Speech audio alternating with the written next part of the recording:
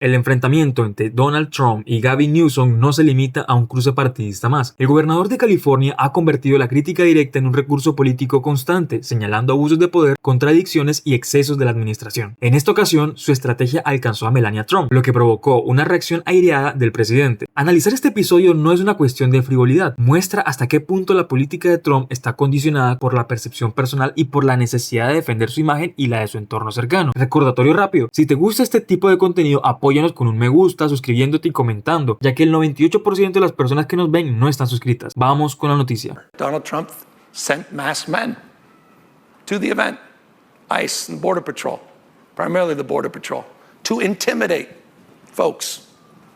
Poor guy who was selling strawberries was arrested. I imagine he must have been on the most wanted list. Dangerous felon. Disappeared. That is a preview of things to come. Don't think for a second he's going to stop at the National Guard. It's an interesting fact. 4,000 National Guard were federalized, over 700 members of the United States Marine. 95% of them did nothing. They sat there looking for things to do. Hundreds plus $1 million wasted.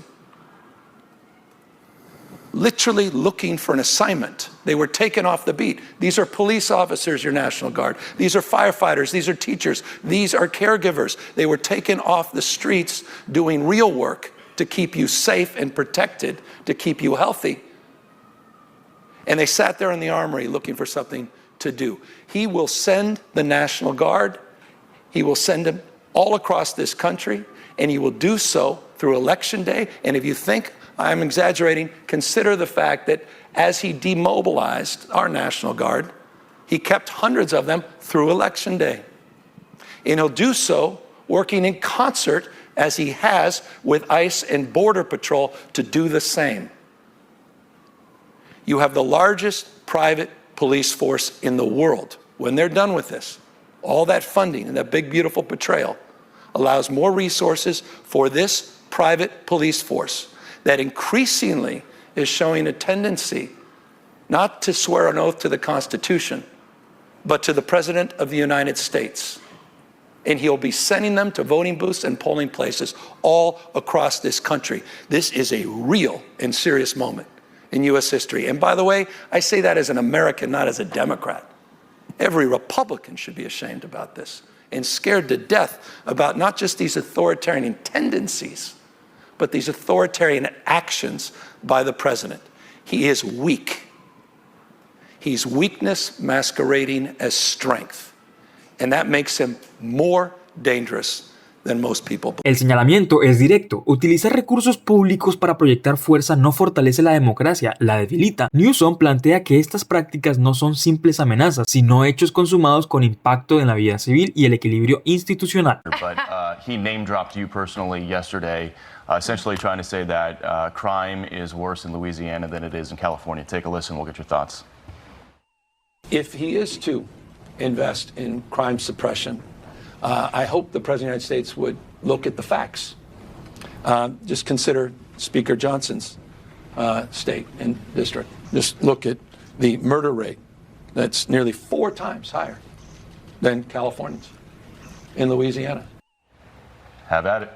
Again, Gavin Newsom will do anything for attention. Este contraste de cifras expone la superficialidad del discurso republicano sobre ley y orden. No se trata de un debate sincero sobre seguridad, sino de un argumento diseñado para atacar a gobernadores demócratas, aunque las estadísticas de sus propios estados lo contradigan. Y aquí estamos con la supuesta portada de Vanity Fair con Melania Trump. Newsom respondió con una parodia que dejó en evidencia la ansiedad del entorno trumpista por reconocimiento cultural. El punto de fondo no es la portada en sí, sino la obsesión del trumpismo con ser aceptados en los espacios culturales que dice despreciar. La reacción de Fox dedicando segmentos a comparar la presencia de primera damas en revistas refuerza esta contradicción. Se presentan como un movimiento antisistema, pero buscan la validación de los mismos símbolos que critican. But I think that's actually just an excuse.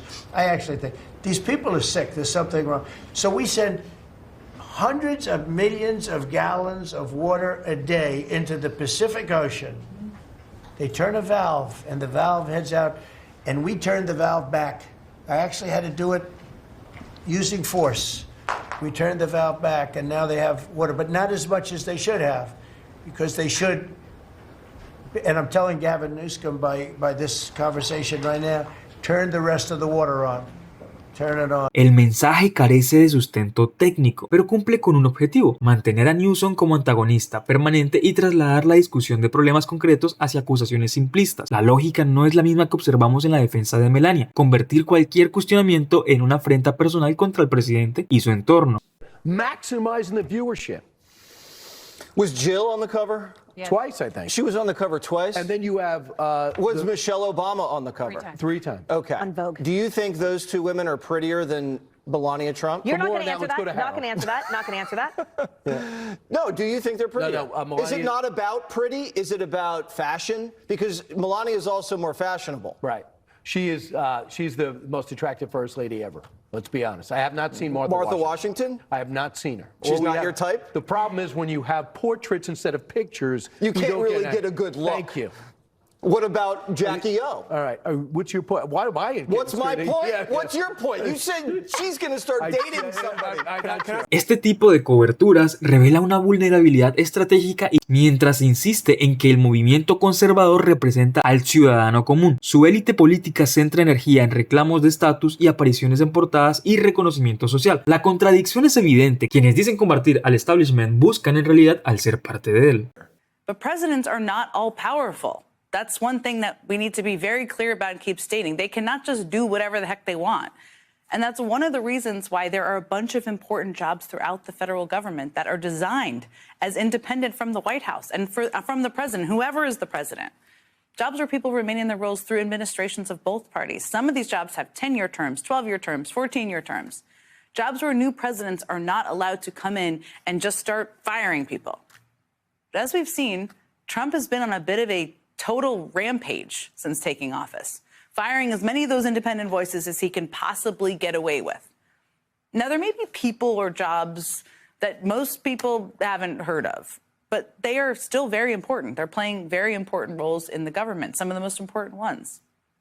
Now, in January, Trump fired 2 members of the National Labor Relations Board, the agency that protects the rights of private sector employees against unfair labor practices, a pretty important thing. He also fired 2 members of the Equal Employment Opportunity Commission, which protects workers from discrimination based on race, color, religion, sex, age, or disability, also very important.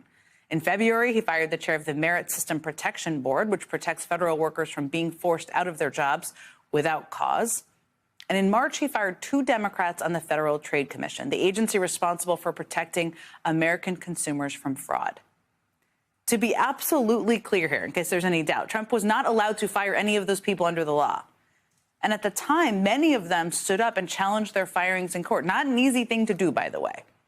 And one case even made its way to the Supreme Court. Now, as you might expect, the court's conservative majority was all too eager to validate Donald Trump's reckless actions. In a 6-3 decision, all 6 conservative justices decided to let Trump's firing stand while the case played out in the lower courts. How courageous of them.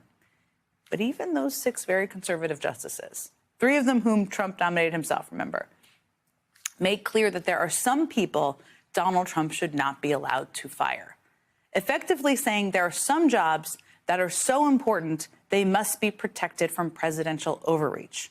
Specifically, they said the president should not be able to arbitrarily fire members of the Federal Reserve. Because, as they said, the Federal Reserve is a uniquely structured institution with a distinct historical tradition of independence. All for good reason. So their message was pretty clear. I mean, the conservative justices were basically saying, all right, Donald, we're going to let you fire these people that no president has been allowed to fire before. But we're drawing the line at the Federal Reserve. Do not try to fire anyone on the Federal Reserve's Board of Governors. That was the message Trump got from a co-equal branch of government, a conservative one, by the way. But what those conservative justices should have known, what everybody watching this probably knows and knew before they did, is this. If you give Donald Trump an inch, he will always take a mile. And so last week, Trump just blatantly leaped over that red line that the Supreme Court drew for him. He fired Lisa Cook, a member of the Federal Reserve Board of Governors, and another brazen, likely illegal power grab. But here's the other thing that happened.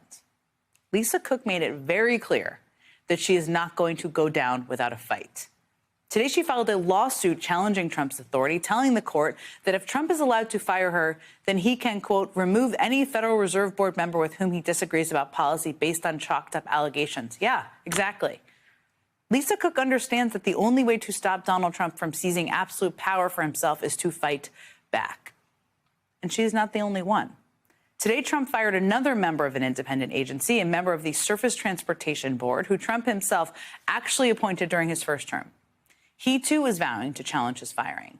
And other federal officials are standing up as well. El conjunto de todos estos episodios ofrece una visión clara de la dinámica actual. Un presidente que reacciona con furia ante burlas y símbolos culturales que convierte a la primera dama en parte de su disputa y que al mismo tiempo insiste en controlar instituciones independientes. La preocupación no debería limitarse al tono o al espectáculo mediático, sino al impacto en la estabilidad democrática. La reducción del debate político a agravios personales deja en segundo plano los problemas de seguridad, economía y gobernabilidad que afectan a millones de ciudadanos. Ahora, por último, si este análisis te resultó útil, te gustó, por favor, suscríbete, deja un like y comparte este video. Mira que, como dije al principio, el 98% de las personas no se suscriben que ven este contenido. Entonces, sin nada más que decir, nos vemos en el próximo Rumor de Estado.